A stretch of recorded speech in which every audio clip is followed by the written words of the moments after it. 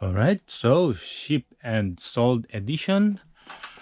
We sold the Dunks Kentucky colorway. I think we got 2 pairs on the Dunks. So you guys sold the 10.5s right here.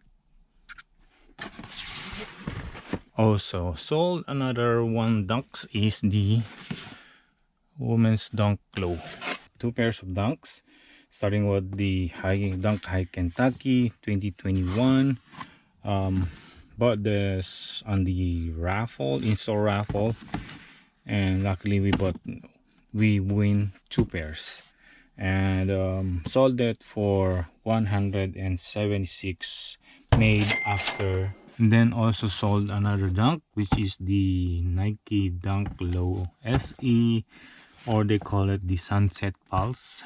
Quick flip, at least $30 returns on this one. Alright, so sold next one pair, or just last one though, Curry 5, Under Armour Curry 5. And then sold another pair is the Epic React Flyknit.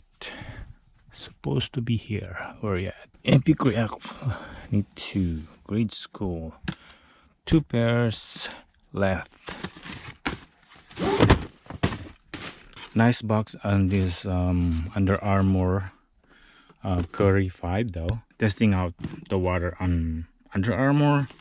Some good or some bad as well. So when I saw this one, I just aimed for a sizes that I think it's much more easier to move, and just make sure also to check on the pumps. Okay, sold this for $90. Nike Epic React Flyknit 2, grade school, $125 retail, and we bought this on Nike factory store for $29.97 with the additional 30% off, $15 return of profit. Alright, so next one we sold is the Adidas Stress Run, right there, size 9. And then what else? Sold the Blazer Low 7.5. It's right here. Alright, so this one is the Trust one, Adidas Stress Run. Bought this one $79.97 with the additional 50% off on the Nike, the Adidas outlet. So there we go, and we sold it for $75. So that is more than 40 or 45 something return of investment. And then next one is the women's Blazer Low. I bought it for like $35 online, and also used the coupon code, and we sold it for $62.87. So next nabenta natin ay Jordan 4 Retro na preschool. Then next one, ito Jordan 1 Mid SE grade school, Nike Air Presto size 8.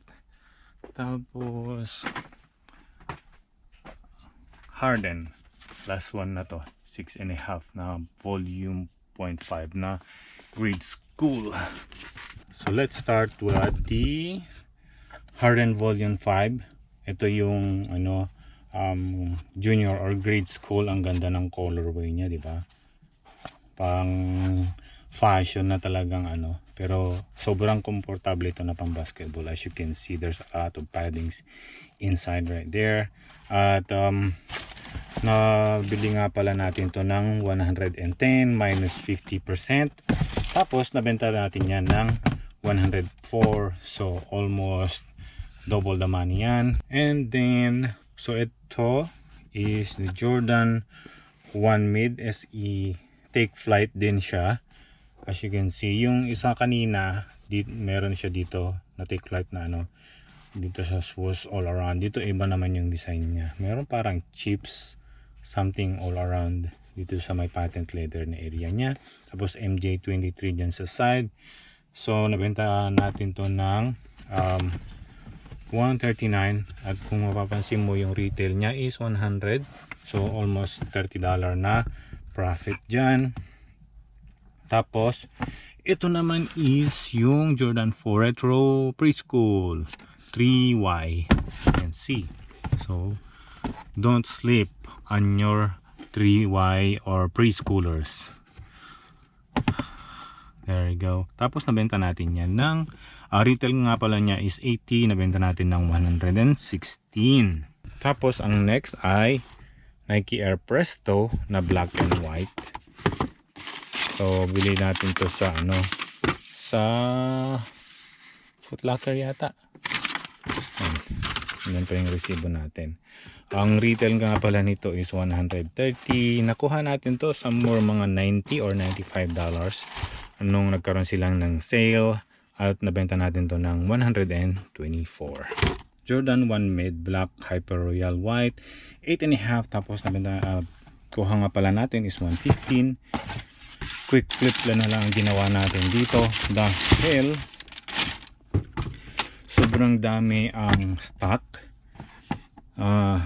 sa market ngayon. So mahirap makipag-compete.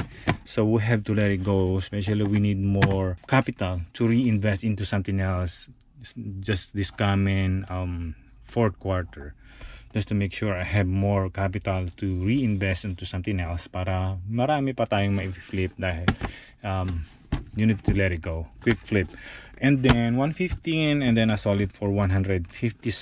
That is somewhere around 40, 45 return, maybe almost more, maybe more than $40 returns of investment. So yun, yan ang quick flip na last na nabenta natin ngayong araw.